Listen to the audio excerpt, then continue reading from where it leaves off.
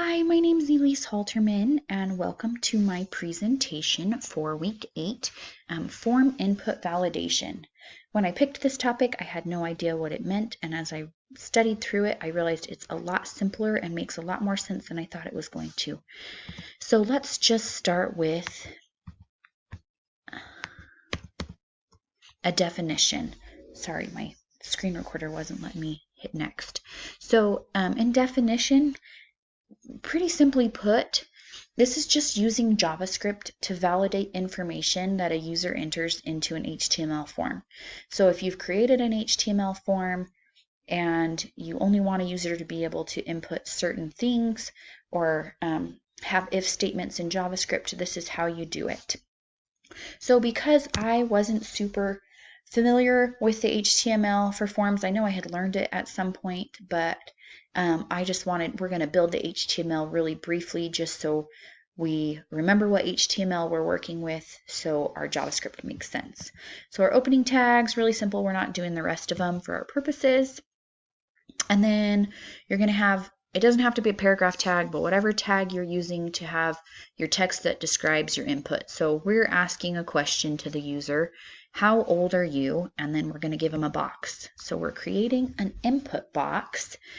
So that little input tag creates a square where the user can type input. In order to reference that square in JavaScript, you have to give it a reference point. So we did an ID, you could do a class probably. There's probably lots of things you could do, but ID was easiest for me with what I know of JavaScript. So our input box has an ID of age that we're going to reference in our JavaScript. Then we've got to have some type of submit button. So we just did a button that says submit. It's pretty simple. We didn't style the button. This is just the default button that HTML gives. But this is where we're going to call our JavaScript function. So on the click of this button, right there in orange, it's going to call our function, and our function's name is JS function. That's what we've created in JavaScript. So that is where we're going to reference our JavaScript so it knows what to do and when to do it. Then for our purposes, we're doing a little paragraph that's going to be the output. You have to have whatever you're going to do that the JavaScript is going to do when they click that button, whether it's just, oh, it passes so it goes on to the next page, or if it alerts them and says invalid, or whatever it's going to do, it needs to either be in the HTML or JavaScript to tell it what to do. So right now we have a blank paragraph tag that's showing up blank that has an ID of output that we're going to reference in our JavaScript so that we can create an output, and it's just going to print right under the button. So here's what our little HTML looks like. Super simple, but it's not connected to any JavaScript right now because we haven't written that. So if we clicked submit, nothing would happen. So how old are you? With a blank box and a submit button, and that HTML is pretty simple to get you to that point. So let's write the JavaScript. JavaScript's kind of challenging for me, but this made pretty good sense. So I was happy with how it works, made sense to me. So that was good. So we're going to just put it inside of a script tag. Obviously, you can reference your page if you're putting it in a separate JavaScript page. But because this is just a simple little program, we're going to just put it inside the script tag. First, we're going to create our function. And as we decided before, our function's name is JS function. We're not passing any arguments in, so it's just empty parentheses and an opening bracket. Next, we're going to create some variables. These variables that we're creating, an X, we created, X is going to reference our user input, and the text is going to reference the user output. Depending on how you do it, how many variables you need, how many inputs you're referencing, that's all up to you. But for this example, we needed 2 because we're going to reference the input and the output. So we're going to assign that X variable. We're going to go into our HTML document, grab an element by an ID, and that blank input box, we gave the ID of age. So it's grabbing that, and it's going to get us the value. So from now on, we don't have to reference that age ever again. Our X is whatever the user inputs. So when we say X, X is whatever the user typed into that little box. So as we're writing this, we won't know because it's whatever the user puts in. So we're going to give it some parameters. So if X is not a number, which I was grateful they threw that in there in the reference I was using, because it's good for me to remember that's the syntax for that. Is not a number with the X in the parentheses, or if X is less than 0, because we're asking them their age and it can't be less than 0, or we're going to say that they're not over 100 either. So if X is not a number, if X is less than 0, if X is greater than 100, then our text variable is going to equal input not valid. And that's what it's going to print under that little button. Our else if statement is going to be if the user is under 49. So because it checks if first, it has to be a number, has to be bigger than 0, has to be less than 100, and now it's saying of that 0 to 100 chunk, if X is less than 49, then it's going to put you're a youngin'.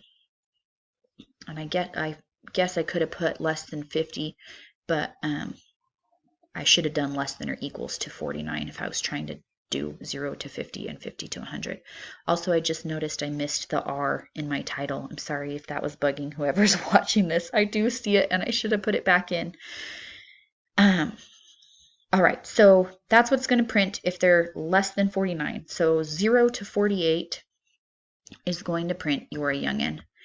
And then else, we don't have to give parameters because we want it to be everything from 49 to 100. So again, that was kind of a weird, I should have done equals, less than or equals, and so it's 50 to 100, but it's going to do 49 to 100. And then it's just going to print you're old, and we're going to close that off with a bracket. Okay, so in my mind I was like, perfect, this should work now. But the HTML has no idea what to do with that text variable. It's not referenced in the HTML at all. So we have to use the JavaScript to tell it what text is connected to. So we're going to do a document, get element by ID, and that little paragraph that is empty at the bottom has the output ID. So we're going to connect that text variable to that output ID. So whatever we typed in text is going to show as the output in that paragraph tag.